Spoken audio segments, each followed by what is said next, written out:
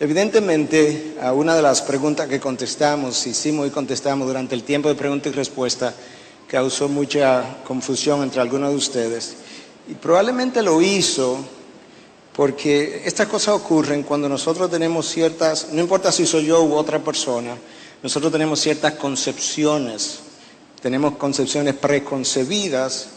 Y la primera vez que yo oigo algo, eso usted me lo puede aplicar a mí incluso, que es distinto a lo que yo había preconcebido, independientemente de que el oído sea verdad o no, nosotros tendemos a reaccionar, esa es nuestra naturaleza humana. Y muchas veces la reacción primera no es buena. Esta es la dinámica usualmente. Cuando yo escucho algo que es contrario a lo que yo había venido creyendo, mi primera reacción es negación, esto ha sido estudiado.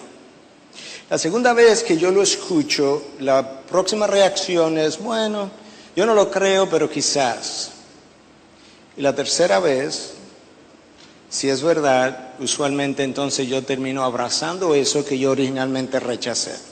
De manera que lo que escuché, aunque yo estaba allí adentro cuando me dijeron, no me sorprende que haya sido la reacción con relación a la respuesta del suicidio. Lo primero que voy a decir, si usted pertenece a una iglesia donde tiene un pastor y usted sigue confundido o no tiene esa conclusión, no se ponga a pelear aquí. Vaya a su pastor la semana que viene y hable con él o con ellos. Pero yo quiero darle una explicación que va a aclarar algunas cosas, yo entiendo. Alguien me paró saliendo y me preguntó que cómo era eso. Entonces esta es la pregunta. Si alguien comete suicidio, ¿cuál sería la razón? Si él era cristiano, ¿cuál sería la razón para que se fuera al infierno? La razón, invariablemente que todos me dan, es que él se murió con ese pecado en su corazón. Yo quiero hacer un ejercicio rápidamente. Si este techo se cae aquí arriba y nos morimos todos, quisiera saber si hay alguien aquí que piensa que se va a morir sin pecado en su corazón.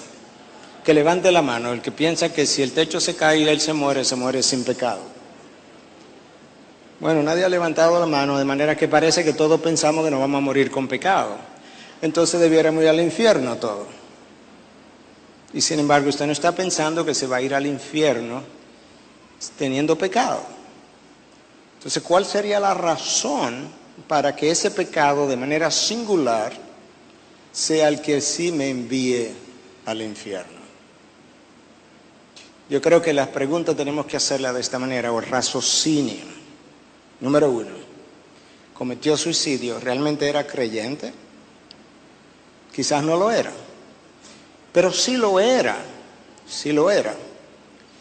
Como el pastor MacArthur explicó, tiene la persona la capacidad de entristecerse, deprimirse y perder la esperanza. Bueno, Moisés le pidió a Dios que le quitara la vida, literalmente, de manera que Moisés llegó a ese punto. Obviamente Dios tenía un propósito de 40 años con Moisés y el mismo Dios se encargó de que eso no ocurriera. Pero pudiera ser que en otros casos sí pudiera ocurrir. Y si ocurre, pues la sangre que Cristo derramó en la cruz paga mis pecados pasados, presentes y futuros. Y esa es la razón por la cual la persona podría ir a la gloria. Algunos están preocupados de que esta enseñanza pueda promover el ejercicio de eso, pero yo quisiera hacer esta pregunta. ¿El pecado de adulterio es perdonable o no es perdonable? Es perdonable, ¿es cierto? Entonces, si enseñamos eso, ¿estamos promoviendo el adulterio? Claro que no, estamos enseñando la verdad. Cada vez que tú enseñas la verdad tiene un peso.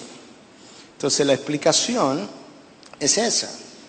El suicidio no es el pecado condenatorio para siempre. Número 1. Número 2, tengo que preguntarme si la persona era cristiana verdaderamente. Quizás muchos no lo eran, pero si lo eran, él se va a morir con un pecado en su corazón. Igual que tú te vas a morir el día que te mueras con pecado en tu corazón. Y la gracia que cubre el pecado con el que tú piensas morirte el día que te mueras, es la gracia que cubre el pecado de ese otro hermano que perdió su vida de esa manera. Eso es todo, hermanos. Ahora, si usted todavía permanece sin ser convencido de eso, no tenemos que pelear. Usted va donde su pastor y lo discute más detalladamente, porque quizás sea una posición distinta a la de su iglesia. Pues vaya donde su pastor, siéntese con ellos. No tenemos que pelear. Esa no es la única pregunta o respuesta donde vamos a diferir. Hay otras. No tenemos que pelearnos. Yo creo que nosotros podemos amarnos con nuestras diferencias. Crecer, ser más maduros.